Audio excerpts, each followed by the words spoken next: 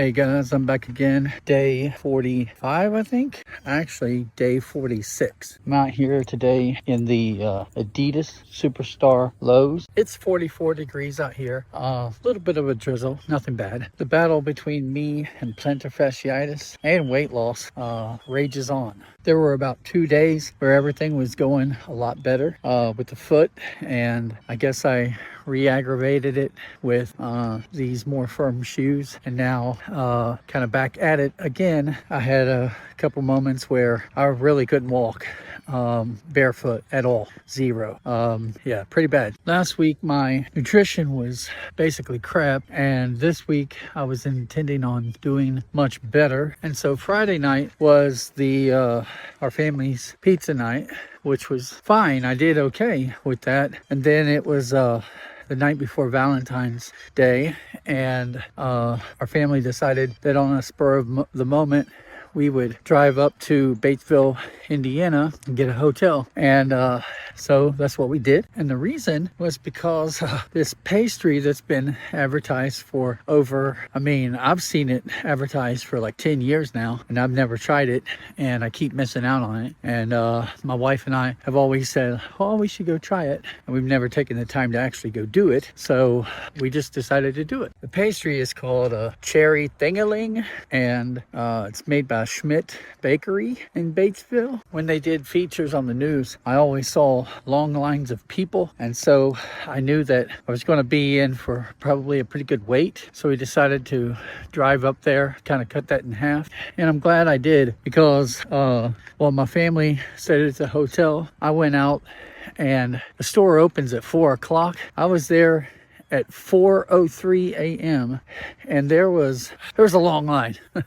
There were at least 100 to 150 people in line already at that point. And as I'm standing there in this line, I'm watching the people that go into the store. They're coming out, and they're coming out with these massive bags. I mean, huge bags. And at this point, I don't even know what the cost is for any of this stuff. I intended to buy a dozen and kind of go from there. And as I started to notice how many boxes people were getting, they will walk out of there with, like 8 to 10 boxes of these things.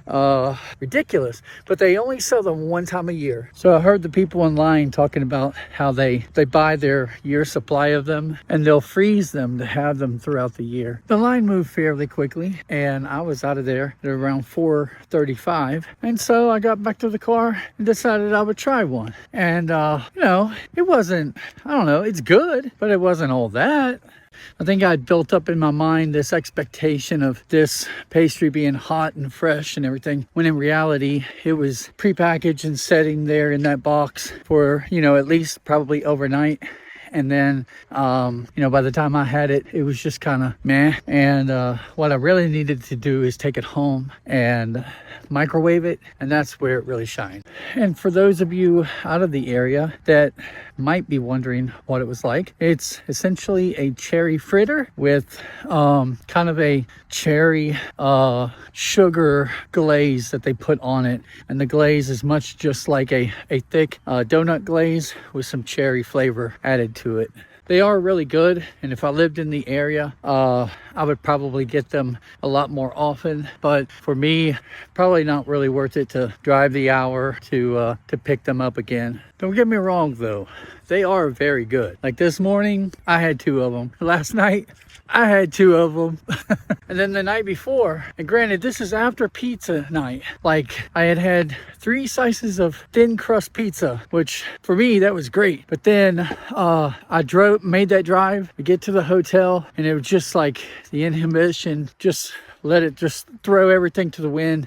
And it was I was like, I want Arby's, and so get a roast beef sandwich and fries and 2 cheese sticks, and the list just goes on and on. So needless to say, yesterday I was feeling like trash. So why not make yourself feel more like trash? While I was up there, I saw Church's Chicken. I had never tried Church's Chicken. we here in Kentucky are pretty serious about fried chicken. But you would think that everybody would be all about KFC. And while that definitely is true, you have a big fan following of Lee's famous recipe chicken. But I know Church's is a Texas thing, so I thought, let's give it a try. So I went with the combo. They had a thigh and a leg and a biscuit, and they gave it a little jalapeno pepper, some mac and cheese, and some dirty rice. And here was my experience. Macaroni and cheese, worse than cafeteria style from when I was a kid. I literally would prefer my old school cafeteria's macaroni and cheese. The chicken, where's the flavor? There's, it's crunchy, the batter is nice and crisp and crunchy, but there's literally no flavor. It's just batter. The biscuit, awful, no flavor at all. The dirty rice was banging. It was nice, had tons of flavor. So might as well put the cherry on top.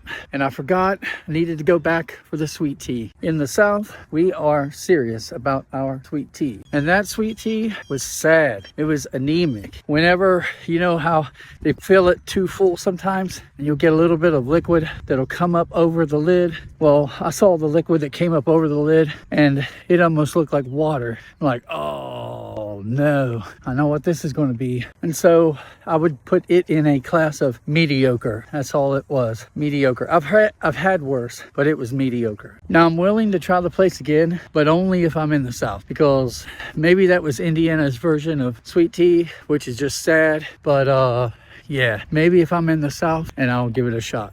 But our family's experience with Church's chicken in the toilet, it was no good. KFC walks all over it. I know this is supposed to be a shoe channel, and I kind of turned it into weight loss journey. And now I'm doing a food review. I'm all over the place, guys. I probably have ADHD and I didn't even know it. Honestly, I wasn't looking forward to any of these early era shoes. Adding to that reluctancy is the fact that these are size 10 and I usually wear 10 and a half. So I knew my toes would be cramped.